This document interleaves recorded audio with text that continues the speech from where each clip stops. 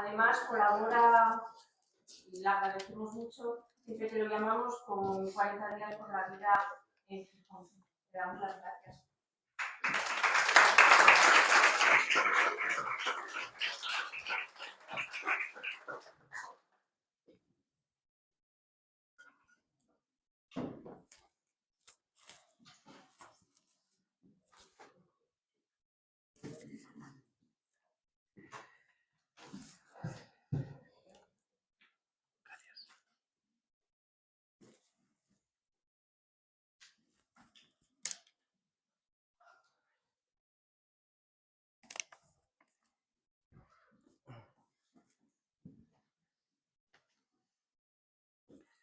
Pues muchas gracias por la invitación. Espero no defraudar en exceso, porque no es algo a lo que yo esté acostumbrado. Yo me dedico a la pastoral rural, ¿no? Yo digo misas muchísimas, fiestas y procesiones más que el concejal del ayuntamiento.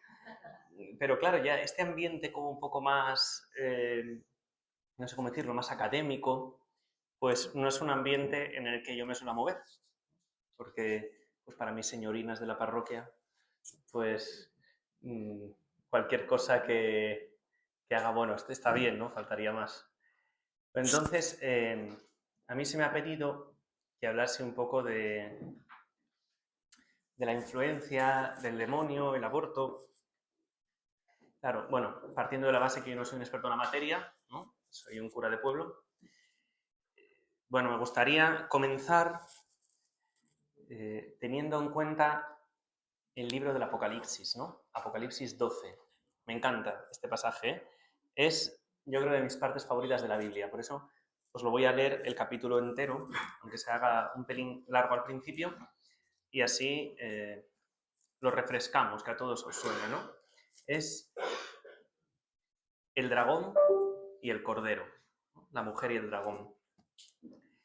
Y dice así: y un gran portento se dejó ver en el cielo, una mujer revestida con el sol, la luna bajo sus pies, y sobre su cabeza una corona de 12 estrellas.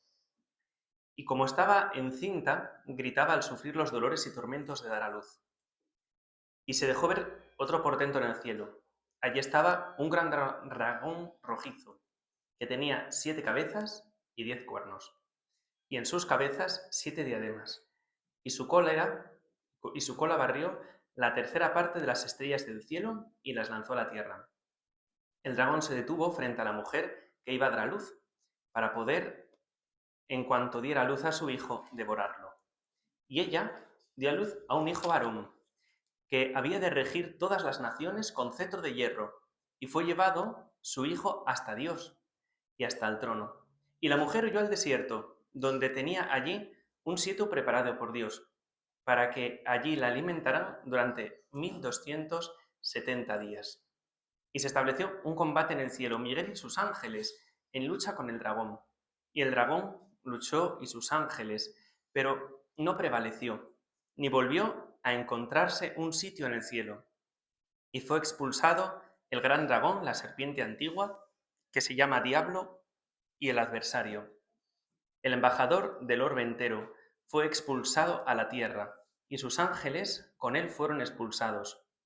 Y oí una voz potente en el cielo que decía: ahora acaba de llegar la salvación y el reinado poderoso de nuestro Dios y la autoridad de su Mesías, porque ha sido expulsado el acusador de nuestros hermanos, el que los acusaba ante nuestro Dios día y noche. Pero ellos lo han vencido por la sangre del Cordero y por la palabra del testimonio que dieron, sin amar su vida hasta el punto de temer la muerte. Por eso, celebrad fiesta, cielos, y los que habitáis en ellos. Ay de la tierra y del mar, porque ha bajado el diablo contra vosotros con gran furor, sabiendo que de poco tiempo dispone. Y cuando vio el dragón que había sido expulsado a la tierra, persiguió a la mujer, que había dado a luz al varón. Pero la mujer se le dieron las 2 alas de águila grande, para que volara al desierto, a su sitio, donde es alimentada durante un tiempo, más 2 tiempos, más medio tiempo, lejos de la vista de la serpiente. De su boca arrojó la serpiente tras la mujer un río de agua para hacer que fuera arrastrada por el río. Pero la tierra fue en ayuda de la mujer. Abrió la tierra sus fauces y absorbió el río, y el dragón que el dragón había arrojado de su boca. El dragón, enfurecido contra la mujer, se marchó a hacer la guerra a los restantes de su descendencia, a los que guardan los mandamientos de Dios y mantienen el testimonio de Jesús, y se detuvo a la orilla del mar. A mí este pasaje me da mucho consuelo, ¿no? Porque dice que cuando el dragón se enfada, lo que se dedica es hacer la guerra a los descendientes de la mujer. Este fragmento de la palabra de Dios del Apocalipsis, pues caemos en la cuenta de que estamos en guerra. Aquí no hay tregua, ¿no? Es una batalla contra nuestro enemigo el diablo, como dice San Pedro, ¿no? Ronda buscando a quien devorar y él nos manda resistirle firmes en la fe. Ese dragón que está dispuesto a tragarse al niño nada más nacer, que es pues, lo que contemplamos un poco, ¿no? Es esta terrible lacra del aborto. ¿Y esa mujer quién es? Esa mujer es figura de la Iglesia que engendra y da luz a Jesucristo. Que también esa mujer es figura de María, ¿no? Nuestra Madre Inmaculada, la Madre de Dios y Madre nuestra, la que en este relato vino a darnos la misma vida, la vida con mayúsculas, ¿no? Que es Jesucristo, ¿no? Es nuestro Salvador. Por eso nosotros, tanto en cuanto seamos más fieles hijos de la mujer, seremos más perseguidos. Aquí nos lo dice claro, ¿eh? Destronado va a hacer la batalla a los hijos de la mujer. Así que, ánimo, estamos en guerra, ¿no? ¿Nos va a tocar? Pues sí, ya lo sabemos, lo aceptamos, lo asumimos, lo ofrecemos y a luchar. Bueno, pues, ¿cómo vamos a hacer esta charla, ¿no? Yo tengo como 6 puntos que nos pueden ayudar un poco. Y el primero es ver qué es el aborto. Bueno, pues lo primero, ¿el aborto qué es? Es un pecado. ¿Y cómo es el pecado en mi relación con Dios? Todos somos pecadores, salvo por un privilegio especial la Santísima Virgen María, del resto no nos libramos ninguno. Y entonces, pues yendo al Catecismo de la Iglesia Católica, ¿no? 1440, nos define lo que es el pecado.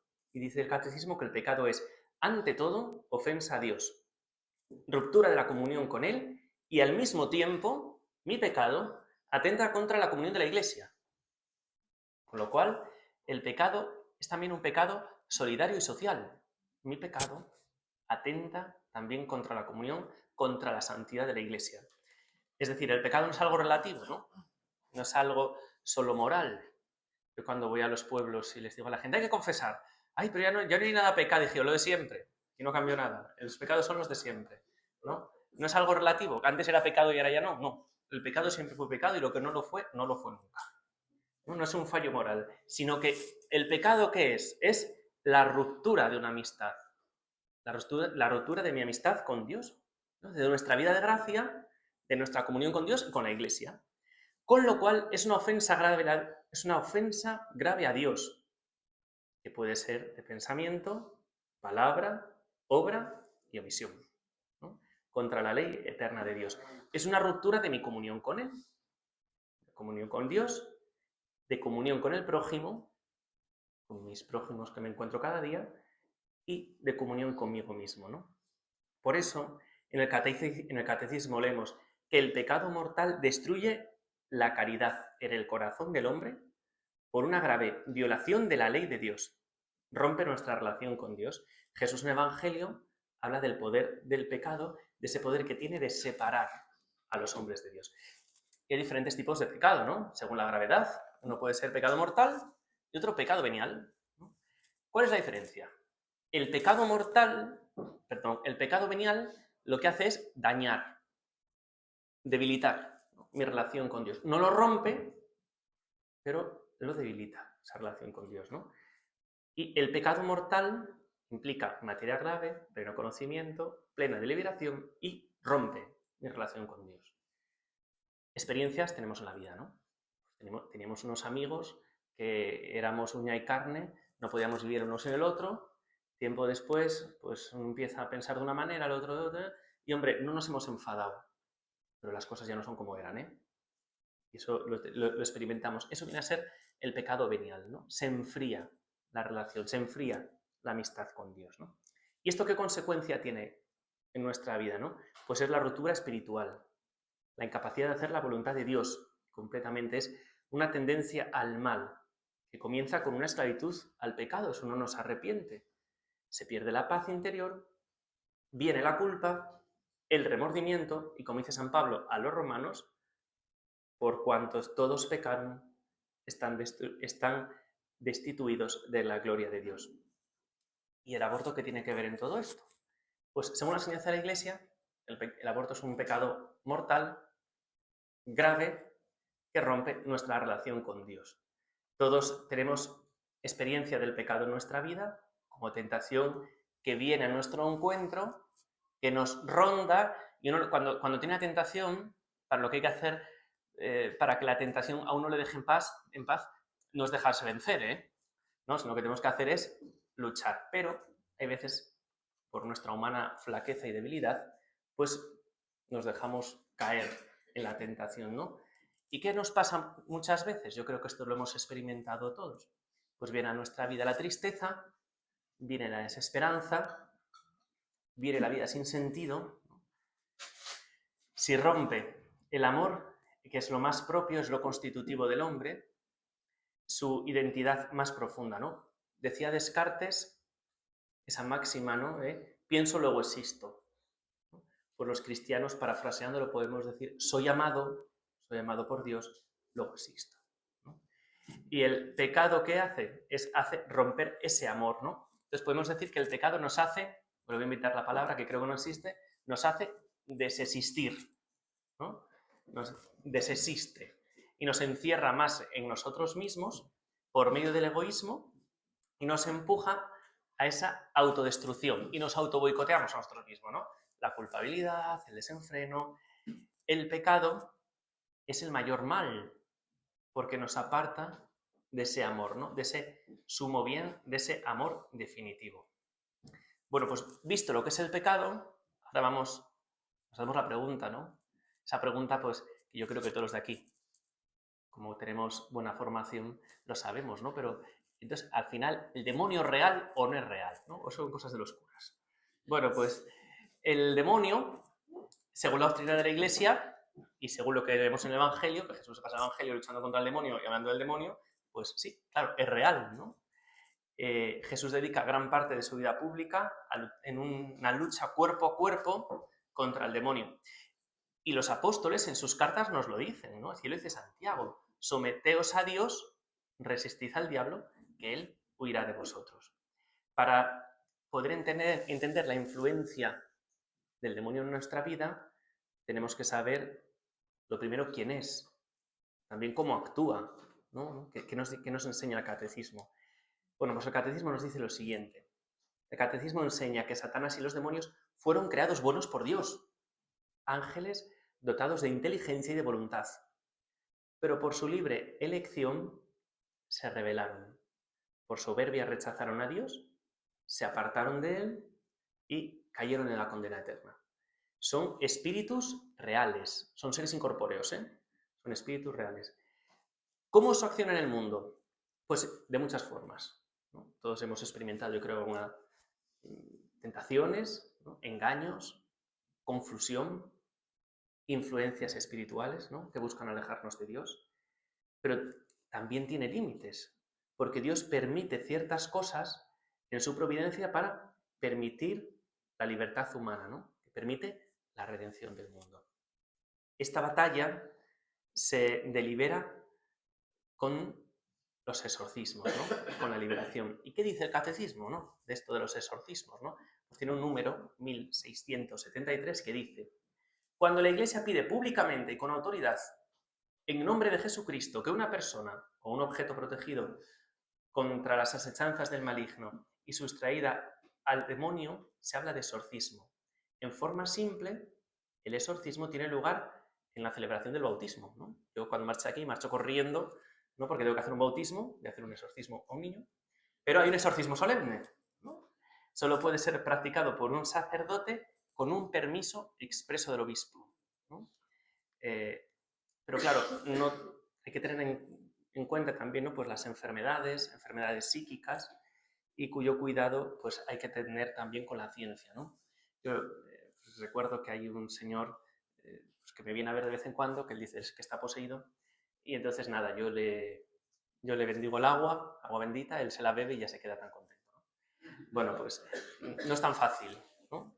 Pero a veces, bueno, pues a la gente eso le ayuda, pues bendito sea Dios. Bueno, ¿y qué dicen el magisterio reciente de la Iglesia, no? Los papas han insistido en la realidad del mal espiritual, en la necesidad del discernimiento, en la acción del maligno en el mundo, la oración, la protección espiritual, el uso de los sacramentales. El Papa Francisco, la verdad, yo nunca he conocido a un papa que hablase tanto del demonio, ¿no? Pero bueno, el Papa Francisco ha hablado mucho de las tentaciones del diablo, del cuidado espiritual que debe acompañar a nuestra vida cristiana. Es importante resaltar la prudencia, ¿no? Aquí no todo el mundo está poseído, ¿no? No es todo posesión diabólica, ¿no? No. No es tan fácil, ¿no? La Iglesia no atribuye automáticamente a la influencia demoníaca todos los males espirituales o psicológicos, ¿no? Hay que discernirlos, hay que preguntarle también a los médicos, a los psicólogos, ¿no? Y también, bueno, pues lógicamente una acción pastoral de ello, ¿no? Por eso, hay una cosa que le encanta al demonio, que es ser protagonista de las cosas, ¿no? ¿Por qué? Eso es fruto de su soberbia, ¿no? El demonio pues es muy soberbio. Entonces le gusta ser el prota de la peli, ¿no? Como se suele decir, el niño del bautizo y el muerto del entierro. Y le gusta ese protagonismo que le encanta que le atribuyamos cosas, ¿no? Hay gente que tiene esa cosa, ¿no? Es que es el demonio, es que es el demonio. Bueno, hombre, no es para tanto, ¿no? No es para tanto, ¿no? No todo le corresponde a él. Él es mentiroso, él es vanidoso, pero es enemigo mortal de nuestras almas, ¿eh? Quiere destruir al hombre. Puede ser porque es la obra más amada de Dios y quiere pervertir nuestra libertad, que es el don de Dios, para que nos alejemos de él y le consideremos enemigo, ¿no? La vida humana es un milagro de amor de Dios, ¿no? Hay una historia de amor por escribir. Por eso nosotros defendemos la vida, porque es que en ese niño no nacido Dios tiene un plan de amor para él, ¿no? Por eso hay que defenderlo. Y en cada alma, pues Dios tiene un plan de amor para hacernos felices, ¿no? Que se crea en el momento de nuestra concepción. Dios tiene ese plan para cada uno, ese plan de amor, ese plan de misericordia, ese plan de ser amado de Dios, ¿no? Solo considerando el amor de Dios, en el momento de la concepción, uno cae en la cuenta del horror del aborto. Claro, porque si no tenemos esto en cuenta, pues ¿qué sentido tiene? Tercer punto, ¿no?, que me gustaría tocar es el aborto como pecado grave. En la Sagrada Escritura se reconoce la vida desde su concepción ya en el Antiguo Testamento, ¿no? Ya habla de la importancia, ¿no? Por eso el profeta Jeremías, al describir su propia vida y vocación, se siente llamado por Dios. Y él dice, yo me siento llamado por Dios desde mi concepción, ¿no? Antes de que te formase en el vientre te conocí, antes de que nacieses te santifiqué y te hice profeta de las naciones. Así lo dice Jeremías. También podemos encontrar en los Salmos que el hombre es creado por Dios, de ahí que tenga intrínsecamente una dignidad propia desde su concepción. Por eso tenemos que defender la vida. Leemos en un salmo del Salterio, ¿no? Porque tú formaste mis entrañas, me hiciste en el vientre materno, mis huesos no fueron ocultos, cuando en lo secreto me iba formando y entretejiendo en lo profundo de la tierra. Por eso, ¿qué tiene que hacer la Iglesia? Pues nosotros como Iglesia tenemos que custodiar la tradición desde antiguo, ¿no? Esa tradición que defiende el aborto, que no solo es una cuestión moral, sino un acto que lleva consigo consecuencias espirituales de pecado grave, de ruptura de mi relación con Dios, y unas consecuencias, un acto que es consecuencia de generar muchas heridas. Por eso el Catecismo nos dice así, ¿no? Toda acción que tenga como fin inmediato o como medio de la destrucción directa de un ser humano inocente, desde su concepción hasta el nacimiento, es un crimen. Por lo tanto, el aborto voluntario es siempre gravemente inmoral. Eso dice el Catecismo. 2271, si no lo copié mal. Para la Iglesia, fijaos, es algo tan grave, el aborto es algo tan grave que el código, sabéis que la Iglesia tiene su propio código de derecho, ¿no? Y el Código de Derecho Canónico, en el 1398, dice que el aborto trae consigo la excomunión late sentencia. Es decir, en el momento en el que tú lo ejecutas, siendo la madre, siendo el médico, siendo el padre o siendo el amigo que apoya la acción, en ese momento caes fuera de la excomunión de la Iglesia. Así, ya. El Papa Francisco, ¿no?, durante el pontificado, se ha pronunciado muchas veces en relación a esto, ¿no?, al aborto del pecado, denominándolo crimen y llamando a los que lo ejecutan sicarios. Pero en medio de todo esto, ¿no?, el Papa Francisco sí que nos ha concedido a todos los sacerdotes esa facultad de perdonar, de absolver a quienes cometen este pecado grave, estado antes reservado solo para los penitenciarios de las catedrales, al obispo diocesano, a raíz del año de la misericordia, si recordáis, en 2016, en esa carta apostólica que hizo el Papa, Misericordia et Misera, dice que no haya barreras para el perdón, condenando así gravemente el pecado y siendo muy indulgente con el pecador. Y también nuestro querido San Juan Pablo II, pues en Evangelium Vitae, también habla de la dignidad humana, ¿no?, del proteger la vida desde su concepción, condenando así, por supuesto, el aborto. Después de todo esto, lo que hemos escuchado, podemos pensar que el aborto es algo individual, que solo rompe mi relación con Dios. Pero claro, también tiene un efecto comunitario. Además de romper mi relación con Dios, me impide recibir la gracia de Dios y su amor. No porque Dios se haya enfadado y no me lo quiera dar, sino porque yo, libremente con mis actos, lo rechazo.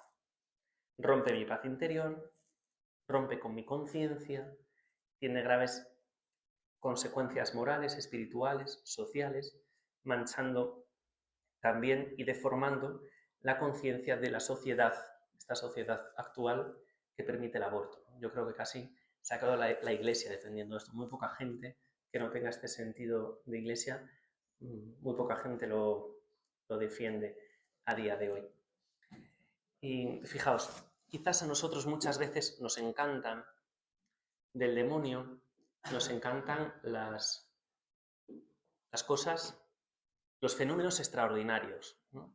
Es decir, la peli del exorcista, la niña que le gira la cabeza, que sube las escaleras para atrás, bueno, todas estas cosas así como más extraordinarias. Pero ahí mencionas un exorcista, una frase que me llamó mucho la atención, ¿no?, y me ayudó mucho, y es la siguiente: el demonio cuando se muestra, solo se muestra para ser vencido, ¿no? Porque hasta el más ateo y el más incrédulo, si ve a una niña que le gira la cabeza, reza, ¿no? Él es mucho más listo. ¿Y qué quiere? Que perdamos la gracia por el pecado. Ahí está. Tú pierdes la gracia con un pecado mortal y ya no puedes recibir el amor de Dios. Y ahí no hay fenómeno extraordinario, pero no recibes la gracia de Dios. Si pensamos, pues no sé, por ejemplo, la vida de Cristo, el momento de las tentaciones, Jesús dialoga con el demonio y le vence. Getsemaní, Jesús dialoga con el demonio, ¿no? O sea, que todos duermen, él está solo, siente el tedio, siente la angustia, esa angustia hasta la muerte que dice él, pero ¿qué hace el demonio? ¿Qué hace Jesús? Le vence. Seguro que todos visteis la película fantástica donde las haya, me encanta, de La Pasión de Mel Gibson, en que hay el demonio aparece figurado en Getsemaní una vez o dos, ¿no?, en forma de serpiente, ¿no? Y Jesús reza, y justo cuando se ve aparecer a Judas con el resto, Jesús le aplasta la cabeza a la serpiente, ¿no? Entonces, esto tenemos que tenerlo muy en cuenta, ¿eh? Los fenómenos extraordinarios no se suelen dar. Su nombre indica que son extraordinarios. Claro, ¿por qué? Porque cuando se ven, hasta el más ateo reza, ¿no? Por eso nosotros tenemos que custodiar lo otro, que es vivir en gracia de Dios. Porque, bueno, ¿cuántas veces uno dice, bueno, hombre, tampoco yo es que sea tan malo, ¿no? Tampoco yo, ¿no? Y al final, pues podemos estar, no estando en gracia de Dios, puede que ese canal en el cual Dios nos quiere dar su gracia lo tengamos roto y uno pues vaya a rezar o haga su vida de fe con el paraguas puesto. Y Dios mandándole el chorro y yo con el paraguas, con lo cual no me mojo, ¿no? Por eso, esto yo casi me atreví a decir que es lo más importante de lo que voy a decir, ¿no? Que lo tengamos muy en cuenta, ¿vale? Bueno, pues el cuarto punto, venga, ¿y después del aborto qué? No pasa nada, ¿no? Bueno, pues este punto es al que muchos quizás no han dedicado mucha reflexión, ¿no? Bueno, ya sabéis el eslogan, ¿no? Nosotras parimos, nosotras decidimos, pues se quedan en justificar el aborto, pensando que después de ese acto no pasa nada, ¿no? Pero es clave la sanación, ¿no?, para nuestra vida y para nuestra pastoral que hacemos, ¿no?, de 40 vidas por la vida, nuestra pastoral pro vida. Aquí entendemos en lo que muchas mujeres han vivido, ¿no? Y seguro que vosotros tenéis infinitamente más experiencia que yo, ¿no? El dolor, la culpa, los remordimientos, la soledad espiritual, ¿no?, la apertura a influencias del mal, ¿no? Y reflexionamos cómo esto puede relacionarse con la doctrina y con la gracia, ¿no? El aborto como pecado grave puede dejar muchas heridas profundas en nuestra conciencia, en el corazón, que no se cierran si no hay arrepentimiento, si no hay confesión, si no hay búsqueda de sanación, ¿no? La experiencia cristiana, estas heridas, puede manifestarse como sentimientos persistentes de culpa, remordimientos, vergüenzas, ¿no? La depresión, no solo psicológica, sino también espiritual, ¿no?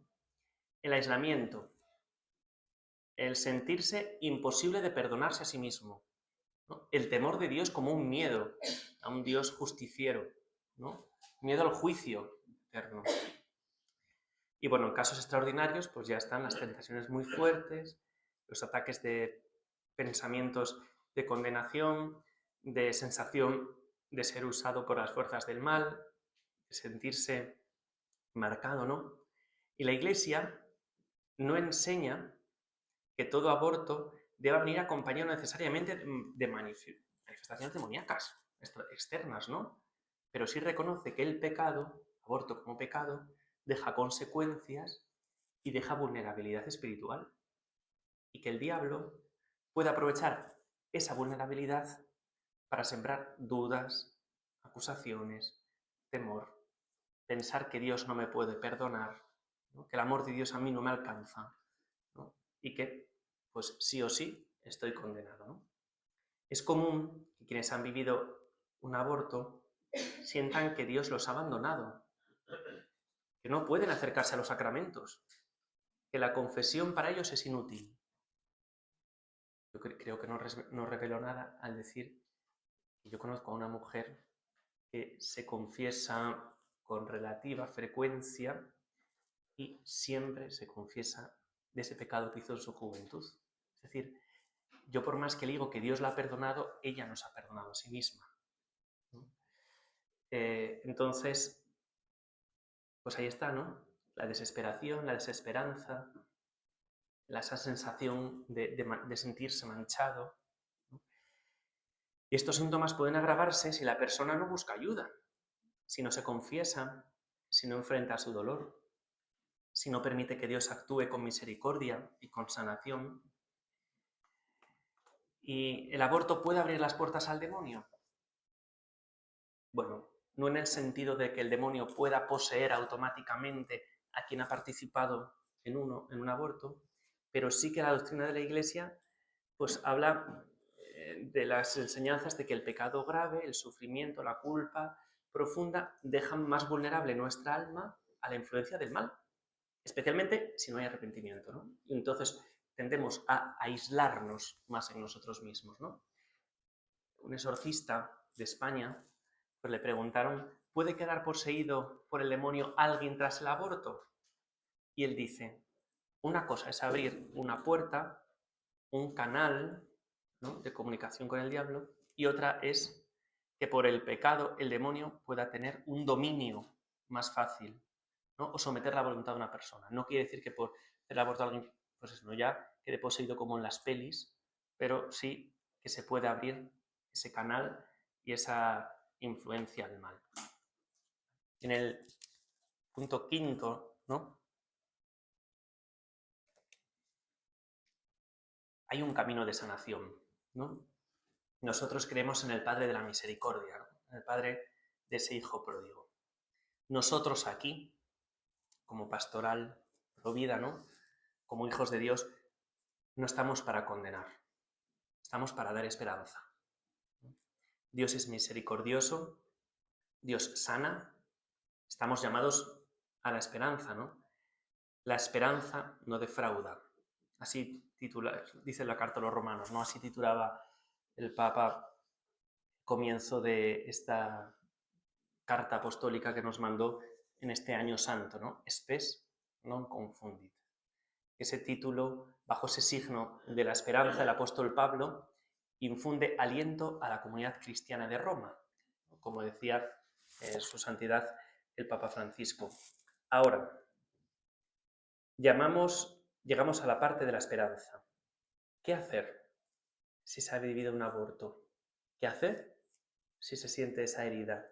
¿Cómo volver a la paz o al perdón, a la plena comunión con Dios? Bueno, pues yo creo que el primer punto es una conversión auténtica. Es volver a Dios, volver al corazón del Señor, ese corazón humilde y bueno, reconocer el pecado y arrepentirse. No minimizarlo. No decir, bueno, no pasa nada. No, no. Lo que es pecado, no podemos decir que no lo es. Pero tampoco dejarnos atrapar por la condena. La conversión no solo es un sentimiento, la conversión es un camino, ¿no? Es una decisión, es ese camino, ¿no?, que se llama en griego metanoia, la conversión. Lo siguiente, ¿no?, pues es el punto 2, ¿no?, pues es el sacramento de la penitencia, es la confesión, ese camino ordinario que la Iglesia instituye, que Jesucristo instituyó por medio de la Iglesia para reconciliarnos por Dios. Así lo dice Jesús a los apóstoles, les da la potestad de perdonar pecados, nos lo dice San Juan, a quienes les perdonéis los pecados les quedan perdonados y a quienes se los retengáis les quedan retenidos. Esto está vivo en el ministerio de la Iglesia, en el sacrificio de Cristo, misericordia infinita, y Dios está siempre dispuesto a perdonar. Un tercero, pues la Eucaristía, ¿no? La Eucaristía no solo celebrada, sino la Eucaristía adorada, ¿no? Acercarse a la Eucaristía como fuente de gracia, de sanación, de renovación, participar en la misa, recibir la comunión, confesarnos regularmente, recibir los sacramentos, ¿no? A la gente pues, que puede estar un poco mayor, la unción o alguna enfermedad, ¿no? Cuarto punto es la oración personal y comunitaria. La lección divina de la palabra de Dios, rezar por los difuntos, rezar por los abortos, rezar el rosario, la alabanza, la intercesión de la Virgen y de los santos, ¿no? Pues estas campañas que hacemos de 40 días por la vida, al final es esto, ¿no? Siguiente punto, ¿no? Los sacramentos y la protección espiritual. Los sacramentales, el uso de los sacramentales, el agua bendita, las medallas, los escapularios, los rosarios, las prácticas de devoción, ¿no?, que fortalecen el alma bajo la guía y la dirección de los sacerdotes, ¿no? Sacerdotes idóneos que puedan evitar la superstición, ¿no?, y centrar en la fe. También, pues en algún caso, alguien que lo haya sufrido, pues necesita acompañamiento psicológico, ¿no? La terapia a veces es necesaria, el acompañamiento espiritual, el ministerio de provida, ¿no? Que ofrece escucha, que ofrece consuelo, espacios seguros de diálogo, compartir experiencias, compartir testimonios de mujeres que hayan sido liberadas de la culpa, del dolor, ¿no? También, bueno, hablábamos de las cosas extraordinarias, ¿no? Bueno, pues a lo mejor algún exorcismo menor, ¿no? Siempre bajo la autoridad y el discernimiento de la Iglesia, ¿no? Intentando evitar los ataques y las obsesiones, que esto se puede dar un poco, ¿no? Y después, sentirnos Iglesia, la restauración en la comunidad, no quedarme aislado. La Iglesia es una familia. Como familia nos perdonamos y como familia nos acogemos. Como familia no juzgamos y nos apoyamos en esas cosas concretas, ¿no? En la oración, en las obras de caridad, en las redes de ayuda, en el acompañamiento, ¿no? Y tú y yo, ¿qué podemos hacer, no? Tú y yo. Porque a veces estas cosas están muy bien, pero nos falta aterrizarlas, ¿no? No podemos quedarnos quietos. Para concluir, quisiera dejar con vosotros algunos puntos que no solo sean idea, ¿no? Sino que uno pueda llevarse un compromiso, ¿no? Un camino concreto. Bueno, pues lo primero es el reconocimiento de la verdad.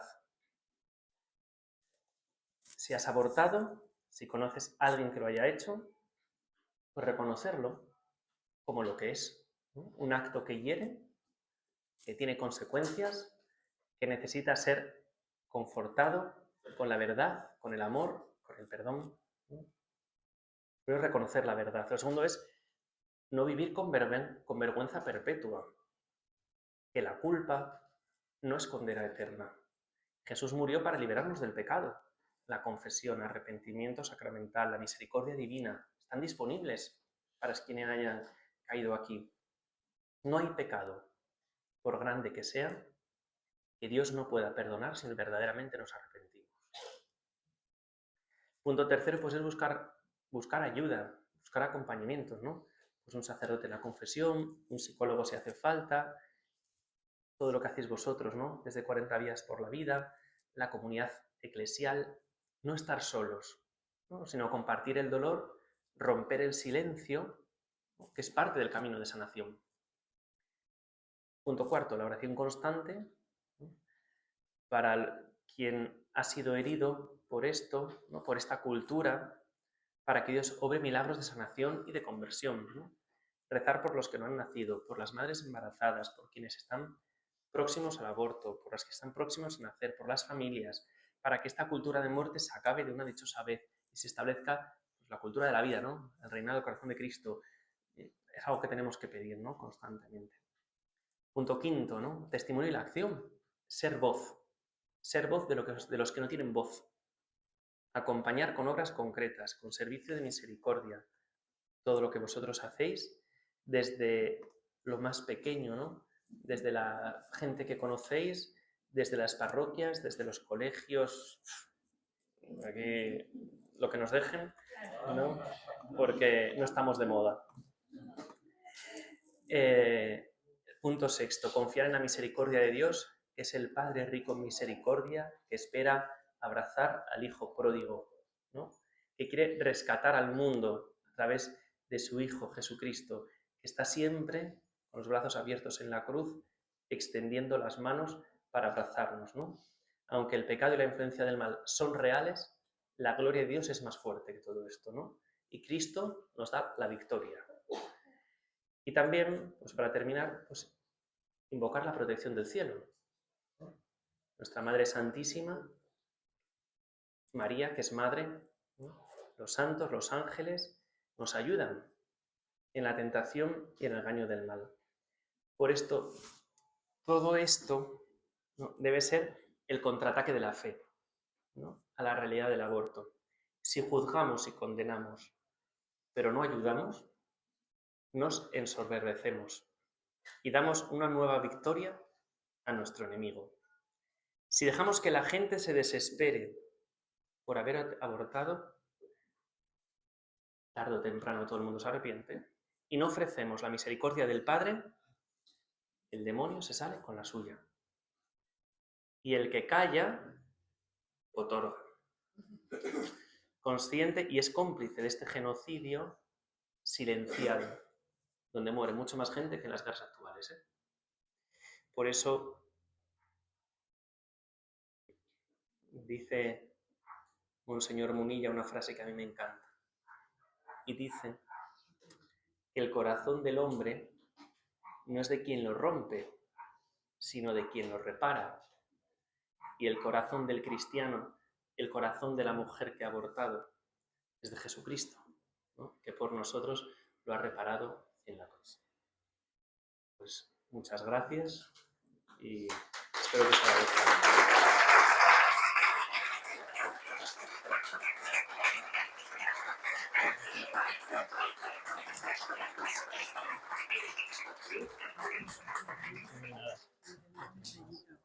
Me encantaba, ¿eh? Esta es Muchas una reliquia, gracias. esta es una imagen de Ah. Señora Guadalupe que ha sido pasada por el manto. Por el manto de la Virgen. Entonces, Qué para bien. que lo tenga, preciosidad. Muchas gracias. Y bueno, el devocionario que hacemos Anda, nosotros no sé que tenéis para- devocionario. Tenemos un devocionario, sí, sí. Qué bonito. Bueno, como gustan a mí estas cosas. Pues ya lo tienes. Y la bolsita para que, bueno, Muchas gracias. lo guardes. Muchas gracias. Muy bien, ¿eh? Como lo hemos grabado, pues te la pasamos cuando la quieres. Oye, bien. No sé si tenéis alguna duda, comentario, sugerencia o algo que decir. Vaya hombre. Venga.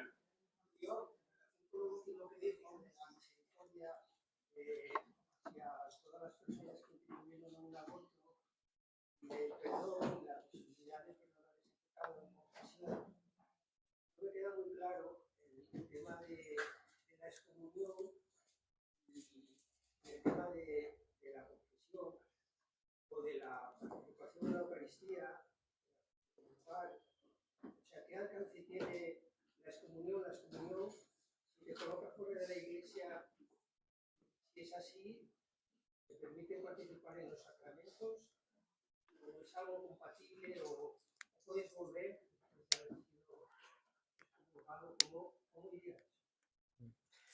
En este caso, lo que pasa es, por ejemplo, yo, en mi caso, ¿no? Al alentar a alguien a que aborte, caigo en excomunión late sentencia. Es decir, en el momento en que yo aliento, quedo fuera de los beneficios espirituales de la Iglesia. ¿Yo qué debo hacer para volver a la Iglesia?